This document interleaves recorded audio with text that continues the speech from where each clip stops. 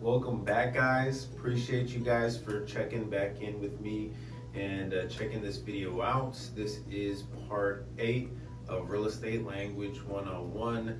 Again, if you have not watched any of the previous videos, we have been reviewing a lot of key terms that a lot of buyers will come in contact with, and they'll hear constantly during possibly their first home purchase or whenever they're looking to purchase a home, whether it be their first time, second time, third time, whatever the case may be.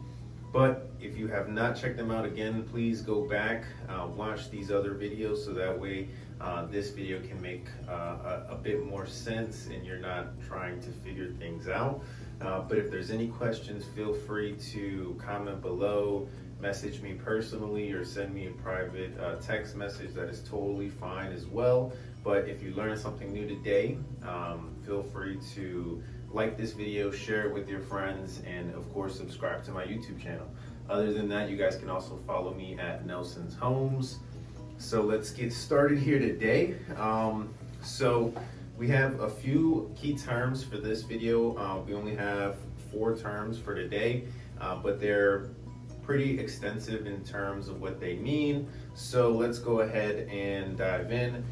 So today's key terms are going to be about the different types of sales that buyers will come in contact with or will hear about.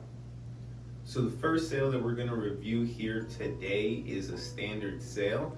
Now, this is typically what most people will come across when they're looking for properties to purchase that are on the market and are available. Usually the owner or seller has equity in their property and they want to sell it for more than what they originally bought it for. So they want to go ahead and sort of come up with a profit if possible. So these are not distressed properties.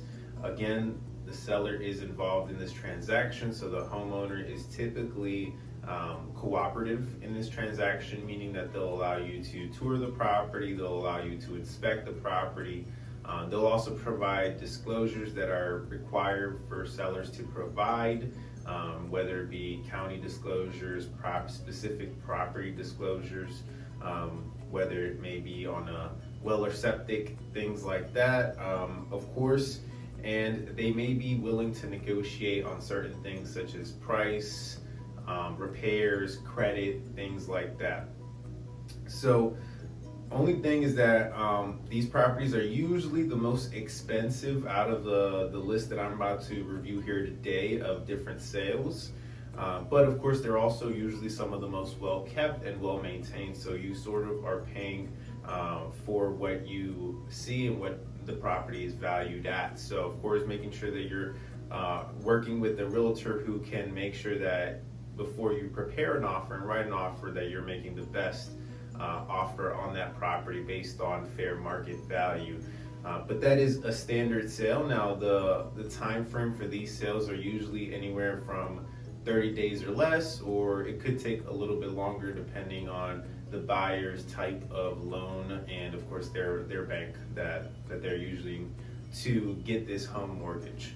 But that is a standard sale. Now, the second sale that we'll review here today is a bank owned, or also known as an Reo sale. Now this one is also referred to as a foreclosure sale. So a bank owned home or an Reo typically is a sale of a home that has already been foreclosed on. So that means that the owners or the previous homeowner of this property was not able to make the payments on time, or therefore they maybe stopped making any payments for the property at all. So now the bank has taken possession of the property and the original owner is no longer going to be involved in the transaction. So again, bank owned or REO, they're typically priced to sell. So they're not, in terms of pricing, they're not usually overpriced. They're priced to sell. They sell pretty quickly because the banks want to get this property out of their possession. So they may be looking for a quick close if possible, 30 days or less. Now, again, they're not in the best condition because the bank is in possession. So they're usually not occupying the property. So it's usually either vacant or just very trashed. Now that's just typical in bank-owned properties, REOs. And again, usually the banks, because they're not occupying the property or have never occupied the property, they usually do not provide disclosures, or they're exempt for certain disclosures. So again, they're not in the best condition, but they're usually priced to sell. So you could very easily get a great deal on an REO or bank-owned property, and easily could have a great either flip or possible buy and hold, or even a rental property that you could potentially just add value over time. Now that is a bank-owned REO property, also known as a foreclosed property. So the next type of sale that we will be reviewing here today in this video is a short sale. So a short sale is sometimes confused for an REO or bank-owned property, or foreclosure as the other term is, but it is not the same. A short sale still has the current homeowner involved in the transaction. Typically, they're selling the property for less than what they still owe on their current mortgage, basically. So they're selling the property short. So the bank is still involved in this transaction, meaning that there are three parties involved. So the current homeowner, the current possible buyer, as well as the bank, who has to approve of the sale and approve of the sale price, because they're going to be taking that shortage of what the seller is owing them, basically.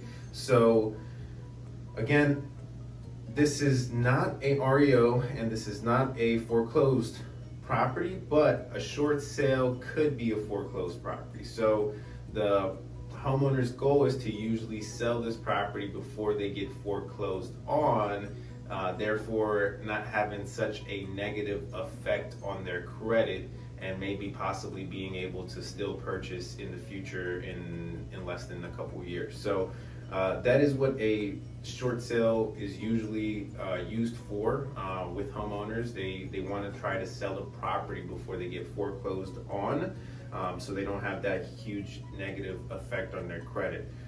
But if it is considered a distressed property still, though. So this property still is considered distressed because, again, due to financial hardships within maybe the homeowner's life, or economically, other aspects have affected this person or their financial life, therefore leading to the sale or home loss of this property for that person.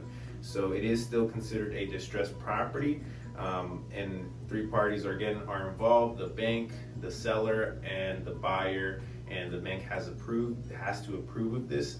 Now, if there is another bank who has financial interest in this property, like for example, the homeowner has a second home loan on this property, so there's two banks that are involved, that second bank also has to approve of the sale and the sale price. If the money is not enough to cover for both banks, again, they have to approve of it. Therefore, they're acknowledging that they're going to be receiving less money than what they originally had intended to receive.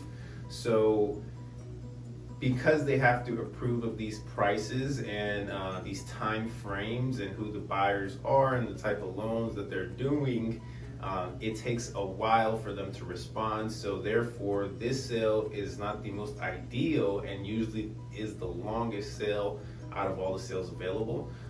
So this one could take anywhere from 2 to 8 months. I've seen short sales take over a year, and I'm currently watching one that's been on the market for around 1.5 years. So I'm just watching to see how long that one takes. But short sales are usually the longest taking time frame in a sale that we have available. Again, standard sale is anywhere from 30 days or less. Bank-owned properties, REOs, or foreclosed homes could very easily be anywhere from 30 days or less, because the bank wants to get rid of the property quicker and they're priced to sell. A short sale, they have to approve of the price, and of course, if there's any other third-party bank involved, they also have to approve of it. those are 3 sales right now currently that we've got. The last sale that I wanted to review here with you guys today is an auction.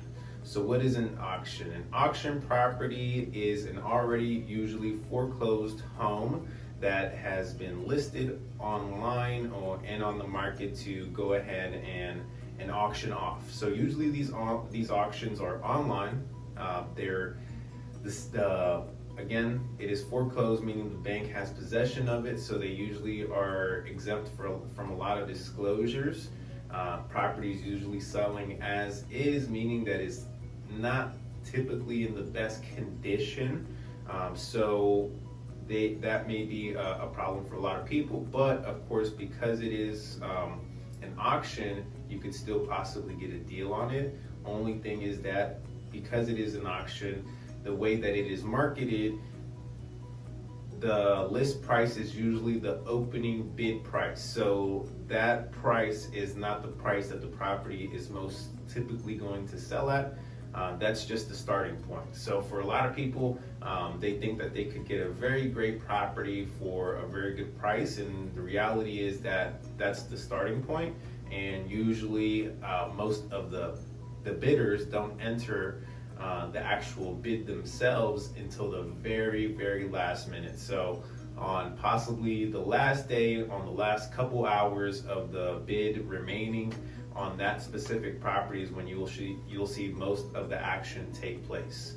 So again, this is online. Usually you would go ahead and do the bidding within a couple hours online, but they do give sometimes weeks in advance to go ahead and start bidding.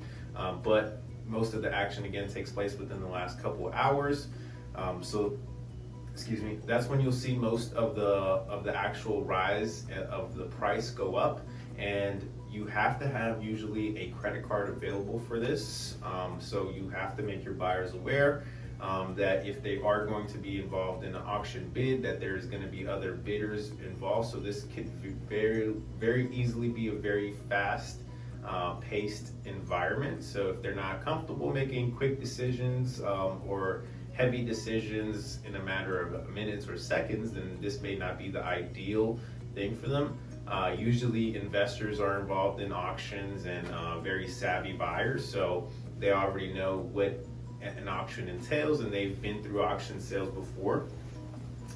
Last thing I wanted to say is that again, with auction properties, they are not typically in the best condition. They are priced to sell, but sometimes some standard sales go through auctions just because either the agent or the seller wants to cause a buyer frenzy.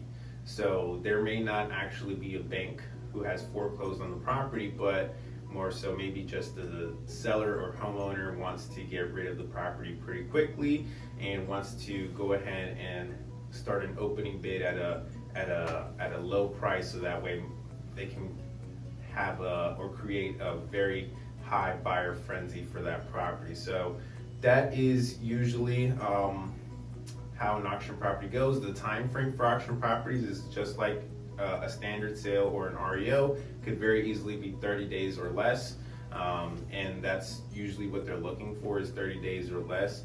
Now these are the 4 sales that I wanted to cover in this video: auction sale, a standard sale, an REO sale, which is also known as a foreclosed or bank-owned property, as well as finally a short sale. So if there's any questions on these videos, if you guys learned something new, feel free to again share this video with your friends, family, social media, as well as subscribe to my channel and like this video.